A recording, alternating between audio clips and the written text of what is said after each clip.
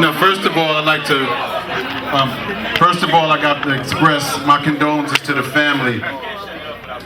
Dominique, I remember when you was born. Lucky, I remember when you was born. And I remember Lisa. Very, very great memories. Number one, this man right here put the legs on DJ Marley Marl. I just gotta let you know that. He didn't only put the legs on me, he let me run, baby. He let me run through the jungle and make it happen. You know what I mean? Being from the second generation Juice crew, because I do remember nights going to Sal's Fever with Mr. Magic. Ice room in effect. but this man right here put the legs on DJ Marley Marl. This is what I gotta say, and I'm forever grateful. And it could have easily been the other way around. I never thought that I would be standing over him at a casket when just 2 years ago, he could have been standing over mine through the same situation. You know, sometimes you live your life, time goes by, and the great things that you did in your life seems to get under-accomplished. You seem like you did it for nothing. But sometimes that could get to your heart. I gotta tell you, and I gotta let you believe this. The day I caught my heart attack, it wasn't a great day for me. I was kind of feeling down. I was kind of feeling like, what did I do all of this for? What did we do all of this for? I gotta tell you one thing, Magic. Oh yeah. Flex finally admitted that we used to put it on him. He finally admitted that we used to put it on Red and Chuck, kid. We got our props, homie. We finally got them damn props. Took 20 years, but we got it. And it ain't gonna stop till this man right here is in the Hall of Fame where he needs to be. In the Broadcast Hall of Fame, we gotta make sure of that. You know, I had a talk with Mr. C and Flex on the air on Hot 97 Saturday night. We are gonna make sure that the legacy of Mr. Magic and Frankie Crocker never dies in New York. Give it up for them, y'all.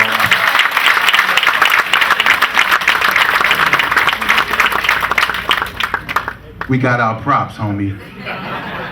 Finally, you don't know what that meant to me. I sat back and I was like, wow, if only this man right here could feel the love that is out there for him. I feel it. The minute I got the text from Ty, my phone never stopped. Till this minute, the love from around the world is beautiful. I just only wish my man could have felt the same love that's given to him right now. I know, but I'm saying spiritually, mentally.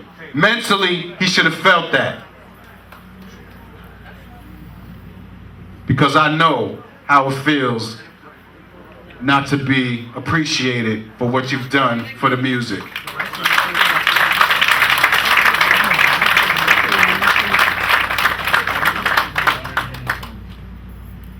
If it wasn't for Bob Lee introducing me to Mr. Magic, I don't know where I would be today. And I'm sure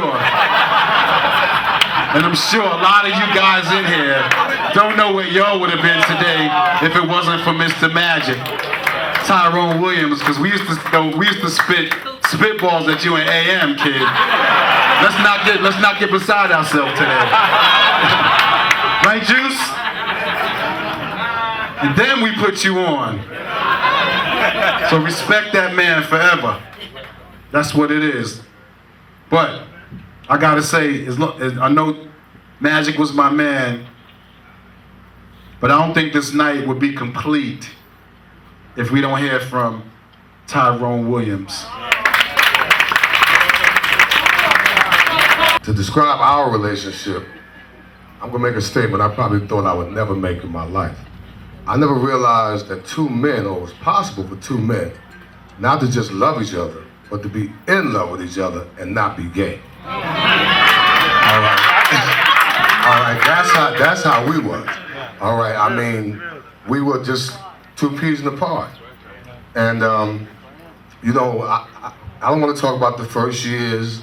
Everybody's pretty much went through that. I want to talk about the last 6. Okay. The first 4 of those last 6, I watched my man get sad, mad, hurt, disappointed, pissed off, because he couldn't understand why he couldn't be on the radio in New York, which I couldn't give an answer. I don't know, Magic. We'd be sitting in the car, ride, you hear DJ, and Magic would say, damn, Ty, ain't nice as that bum ass nigga? Pardon my expression, but that's what he would say. All right. He couldn't understand how Hot 97, playing a format that he created, he couldn't even get a consultant spot. I've seen it. All right, I watched his whole demeanor go down, depression, upset, and I mean, we get calls, he would get excited, because we're supposed to go back on the radio, but all of a sudden we're making calls, we get no return calls. He's not in, then you become a pest. All right, for the man that gave everybody in radio, as far as hip hop was concerned, a job, period. You're right. But now the last 2 years, I watched him make a complete turnaround in terms of God. Magic went to church every day of the week for the last 2 years. Magic used to call me and say, Ty, I'm on my way to Mass, I'm gonna pray for you. Ty, I just left Mass, I'm gonna pray for you. I would get messages, voice messages with scriptures from Mr. Magic telling me that we gotta pray. It wasn't about radio no more, it was about God. It wasn't about hip hop, it was about God. And Mr. Magic, the same man who when we met Magic Johnson, told Magic Johnson the world ain't big enough for 2 Magics. The same man that said that told me that we gotta get ready, Ty.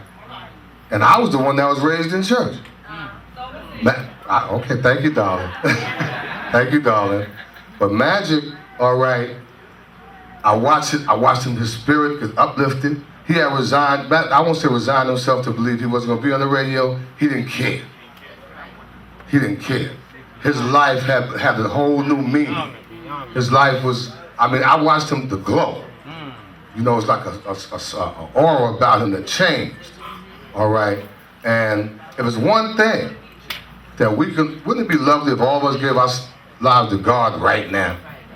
Wouldn't that be nice? If everybody said, I gave my life to God at Mr. Magic's wake. Forget the hip hop, we know that. But the message I want to give to you, that I know he was preaching to me, was it's time for us to straighten up and fly right. Because hip hop is one thing, radio is one thing, parties one thing, job is one thing, but the only thing to do after this life is the God thing. If you ain't ready, I feel for you. If you ain't ready, you know where you go. You got to straighten up, and it's not that the church is just a building, it's the temple. The body's the temple, the body's the church. If you don't straighten up, it's about doing good and doing right by other people. All right? You know when you didn't give Magic the shot, you wasn't doing right. That's between you and your God. You know when he was calling, trying to get on the radio, he was better than every DJ on your station. All right, you knew that when he was doing it. Whatever reason, whether you feared him, were jealous of him, or whatever, all right, that's what you got to live with. That's what you got to go see your God with when you leave here. Because the bottom line, it was straight up foul, the way radio treated Mr. Magic. There's nowhere in the world, Mr. Magic, right now Mr. Magic was the best person on the radio, bar none. And I don't know who number 2 is, but he's a distant second. All right. So what I want to say is, you know, my man, what he did for me, the other 27 years of me and we're together, don't mean nothing. But the last 2, when Mr. Magic said it's time for us to get right with God. So I want to say that to everybody, it's time for us on behalf of your own self. your own soul, we got to get right with God.